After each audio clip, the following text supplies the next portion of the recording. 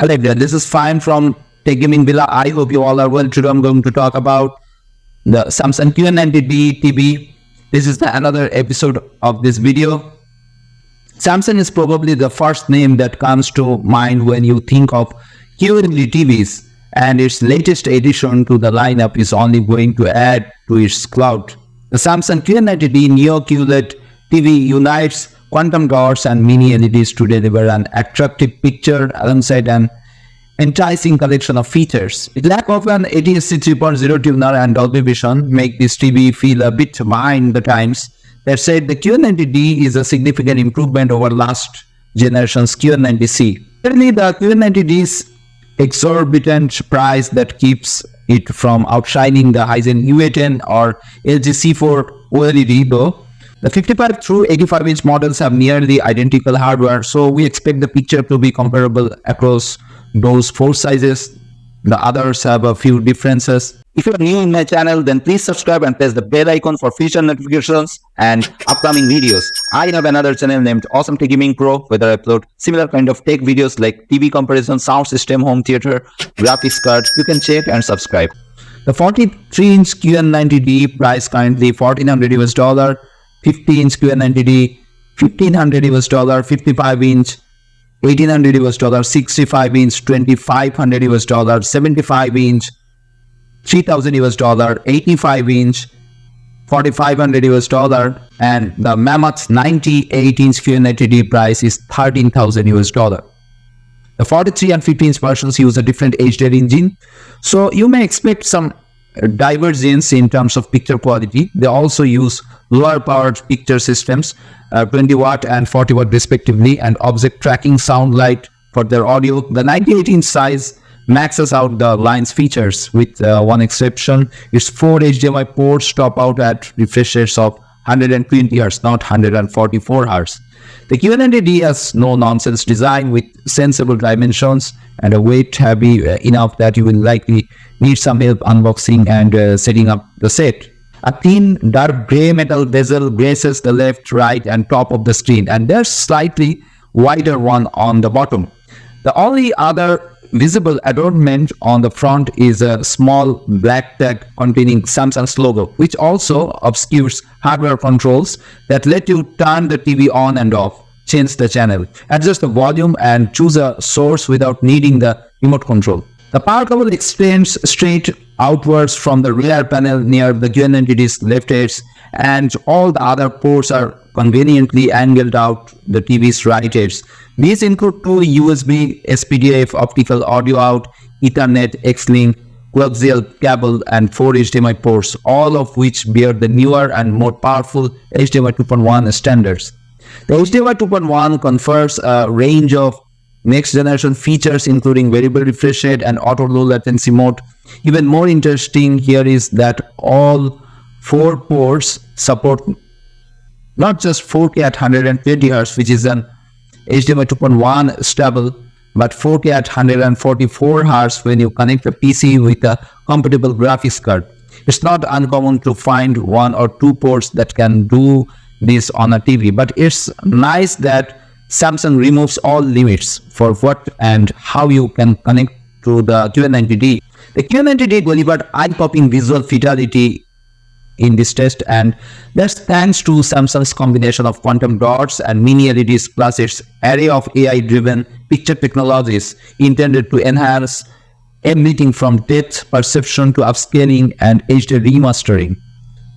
The Way of Water, Barbie and the Super Mario Bros. Movie, which thrive on especially vibrant colors, burst off the screen with a wave of dazzling brightness behind them. More action-oriented offerings such as Netflix 3 Body Problem, Mission Impossible, Dead Reckoning and Spider-Man Across the Spider-Verse thrill with their luxurious, smooth, fast motion. You can easily see the benefits of the QN90D's superior contrast in movies like Denis Villeneuve's Dune and Christopher Nolan's Oppenheimer, where blazing and shadowy scenes alike are produced with equal fidelity and only faint traces of light bloom discernible. The QN90D handles HDR10 HLG content deftly, but like other Samsung sets, it does not support Dolby Vision. This TV does not quite reach OLED levels of black perfection. Few mini LED TVs do, but it comes closer than most. Upscaled 1080p video has near native 4K detail in most cases. And no matter what you are watching, it looks good from even relatively extreme angles. No small feat for a non-OLED screen.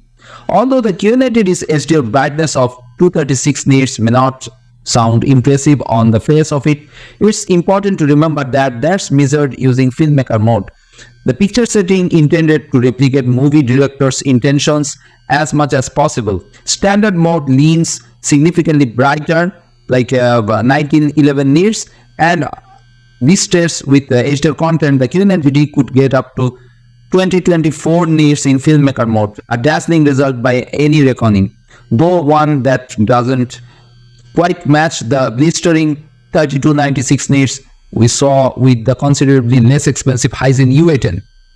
The story was similar with color reproduction, with the QN90D covering more of the Nikon 709 color gamut than the Hisense, but the latter displaying those colors more accurately. The Samsung sets delta E, which represents the difference between color as sent from the source and as displayed on the screen, with lower numbers being better, surpasses that of the Hisense, but not of any other competing sets we have tested.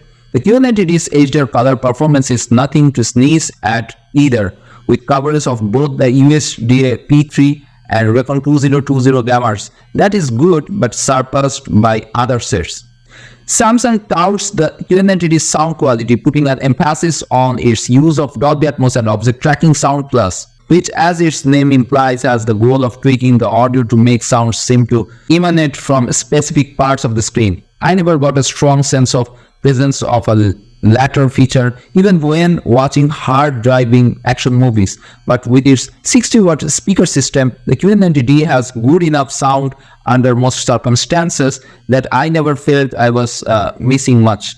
The knife's bass-heavy silent shout thumped acceptably, if not overwhelmingly, and a Superno test track I used climaxing in a highly flat had the crystalline, distortion-free impact I was looking for. Volume levels are well just and the TV gets plenty loud to feel an average-sized living room.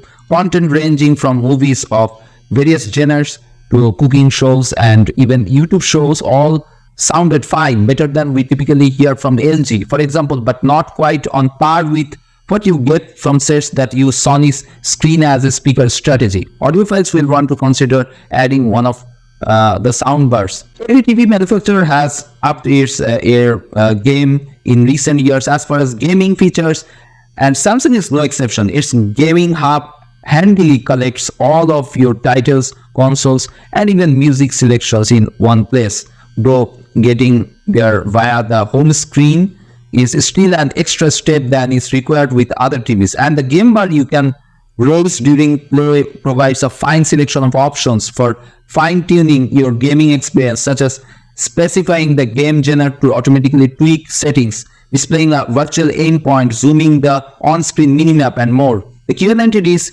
input lag of 9.6 milliseconds as measured with a ViewBonder 4K signal lag tester is excellent. It isn't quite the lowest we have seen. Other Samsung and LG TVs have gotten even closer to 9 milliseconds, but it's more than enough to guarantee a near ideal gaming experience. I verified this myself with a satisfying session of Starfield, where controls were responsive and action was smooth, whether battling out in space or on the surface of planets in Bethesda's sprawling science fiction universe. As mentioned previously, because all of the HDMI ports are capable of refreshes up to 144 Hz, connecting a PC with a high-end graphics card will get you even silkier gameplay. The Samsung uses Tizen operating system on its new TVs. The company has given it a much needed refresh. It resembles the earlier versions both visually and in its ultra laid-back aesthetic, but it's more tightly designed and easier to navigate with a clear focus on the items you are more likely to use, such as recent activity, popular searches, and apps being front and center. In addition, to using search from the home screen. You can also speak commands into remote control or use the TV's far-field microphone. If you want to find something to watch over the air, however, you are stuck with an integrated ATSC 1.0 tuner rather than the newer ATSC 3.0 tuner that allows viewing of 4K broadcasts. The QN90D uses the same solar cell remote that has been standard on Samsung TVs for the last couple of generations. The teeny solar panel on its back means you never have to worry about replacing batteries. Just place it face down in direct sunlight. You can even monitor the remote's power level in the TV's menus. Otherwise, though, the remote is underwhelming, small in size, and with a paltry number of buttons that either combine functions or relegate to potentially confusing shortcuts a lot of basic functionality. The spare aesthetic isn't bad as a concept, and keeping the number of buttons as low as possible is an admirable goal, but the remote remains a case of minimalism going just a bit too far. So finally, Samsung is all about the details, and there are plenty of QN90D new QLED TV gets right, good picture quality and processing, fine gaming performance and features, even a revamped operating system. It all helps to make the QN90D feel like a complete package, but the price is the major obstacle that amplifies the few minor obstacles. Though you can find the QN90D online for $2,500 or less, other sets like the Hisense U8N offer just as much, and in some cases a bit more, for about half the price. If the QN90D were closer to perfect, the price would be more justified, but the lack of Dolby Vision and an ATSC 3.0 tuner prevent that from happening. Of course, this is how we feel about the TV at its current launch price of $2,500. Once prices fall later this generation and sales really amp up, this is a TV we'll want to pay attention to, but right now the Samsung QN90D is a terrific TV that unfortunately isn't currently a terrific value. So what's your thought about this QN90D? Please write in the comments below. That's it from now.